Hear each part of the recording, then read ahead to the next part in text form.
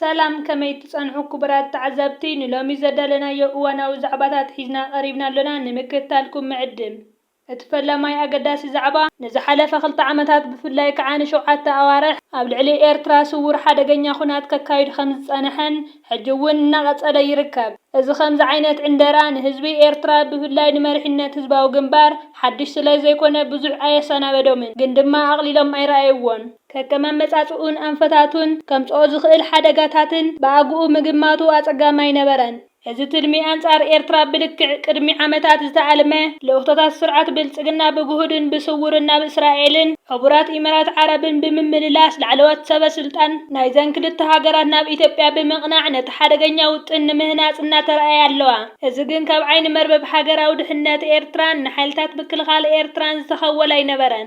ኢሚራትን እስራኤልን ኣብ ታሪኽ ዝሓለመኦ ኸተግብራ መራሒ ብልጽግና ከዓ ሕልሚ ኣብ ሓጎታቱን ኣቡኡን ዝበድዐ ሕልሚ ቀትሪ ንምትግባር እየን ዝጽዕራ ዘለዋ።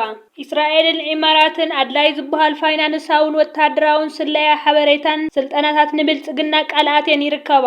ብልጽግና ድማ ድሕሪ እዚ እዩ ብኣሽሓት ዝቑጸሩ ብማሕበራዊ ሚድያን ንሱ ዝምውሎም ብፌስቡክን ትዊተርን መደብራት ቴሌቪዥን ሬድዮን ዝተዓሰቡ ናይ ምዕራባውያን ዓለም ጋዜጠኛታት ጎስጓስ ከካይዱ ጀሚሮም። ካብ ቱርክ ድማ ብቐጥታ ኢሚራት ትምውሎ ናይ ነፈርቲ ኩናትን ድሮናትን ኣጽዋራትን ከውርድ ብተወሳኺ ኢትዮጵያ ሓይሊ ባሕሪ ክተሰልጥን ጀሚራ። ወታደራት ናብ ፈረንሳ ልኢኻ መራኽብ ኩናት ኣዚዛ ትሰርሕ ኣላ ናብ ባሕርን ኣፍ ደገ ባሕርን ዘይተርፍ እዩ እናተባህለ ስነ ኣእምሮ ኤርትራዊ ንምትንካፍ ኣብ ማሕበራዊ መራኸብታት ኩናት ተኣውጁ።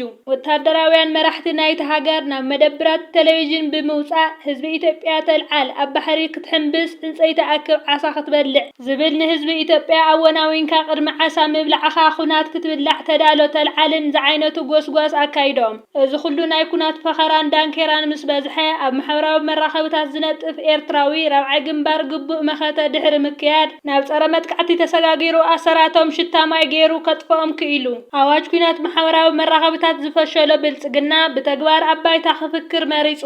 ካብ ቻይና፣ ቤላሩስ፣ ኣልባንያን፣ ቱርክን ኢሚራትን ክኢላታት ድሮን ኣብረርቲ ነፈርቲ ብኹንትራት ከፊሉ ብምምጻእ ነፈርቲ ኩናት ቱርክን ሕቡራት ኢሚራት ዓረብን ተለቂሑ ንሰማያት ኢትዮጵያ ብሕብርታት ቀቢኡ ሰማይናትና እናበለ ክፍክር መሳኹቲ ቴሌቪዥን ንህዝቢ ዓለም ይዕገርጊሩ። ኣብ ጎደናታት አዲስ አበባ ኣሎ ዝበሃል ከበድቲ ብረታት ድሕሪ ምስላፍ ምድርናትና ሰማይናትና ባሕርናትና ክብል ተሰሚዑ። ባሕሪ ብሓይሊ ክንመልስ ኢና ዝብል ቃል እውን ደጋጊሙ። ኤርትራን ህዝባን ንኹሉ ብጽሞና እናተኸታተሎ ኣብ ዕዮ ገዝኦም ኣድሂቦም ምስረሖም ቀጺሎም። ኣብ ክልል ዓፋር ኢትዮጵያ ሰራዊት ኢትዮጵያ ወታደራዊ ማዓስከር ተደኪኑ ሰራዊት ድፍዓት ኩዒቱ ኩናት ኣብ መዓልታት ወይ ሰዓታት ክጅመር እዩ ተባሂሉ ግን መን ተንከስ ኢሉ ይቕረብ። መርበባት ስለያ እስራኤል ኤርትራ ካብቲ ዝገመትዎ ንላዕሊ ወታደራዊ ኣጽዋራትን ጸረ ድሮናትን ሚሳኤላትን ከም ዘለዋ ንብልጽግና ከይፈተው ከረድእዎ መሪጾም። ቅድሚ ሕጂ ብልጽግና ነፈርቲ ኩናት ብትግራይ ዘዋስን ኣቢሉ ናብ ክልል ኣየር ኤርትራን ሒዝካ ናይ ምእታው ፈተና ኣካይዱ ነይሩ እዩ። እስራኤል ዝሃበቶ ስለያዊ ሓበሬታ ሓቅነቱ ንምፍታን ብክልል ዓፋር ዝሰደደን ድሮናት ብዘይሃፋ ተሪፈን ዓውያት ብቐጥታ ጀሚሩ። ኤርትራ ካብ ኢራን ሓደገኛ ድሮናትን ሚሳኤላትን ኣእትያ ናይ ጽዕነት ነፈርቲ ቤላሩስን ኢራንን ወደባጽዕ ተራእየን። ሻዕብያ ዘእትዎ ዘሎ ኣጽዋራት ንዞባ ቀርኒ ኣፍሪቃ ኣዝዩ ሓደገኛ እዩ። ንኣልሸባብን ሑቲን ከዕጥቆ እዩ። ኣሜሪካ ንሻዕብያ ሓዝልና ዝብል ጫውጫው በርቲዑ። ሻዕብያ ብዘይ ድምፂ ዘድልዮ እናሰርሐ ዘገድሶ እናእተወ ጉዕዝኡ ከም ገመል ዘገም እናበለ ይቕጽል። ብልጽግናን ለኣኽቱን ኤርትራ ምትንካፍ ዘይልከፍ ምዃኑ ኣብ መደምደምታ በጺሖም ይርከቡ። ምስ ብዙሕ ምኽንያታቱ ብዓብዩ ከዓ ምፍራስ ቁመና ሰራዊት ስርዓት ብልጽግና እዩ።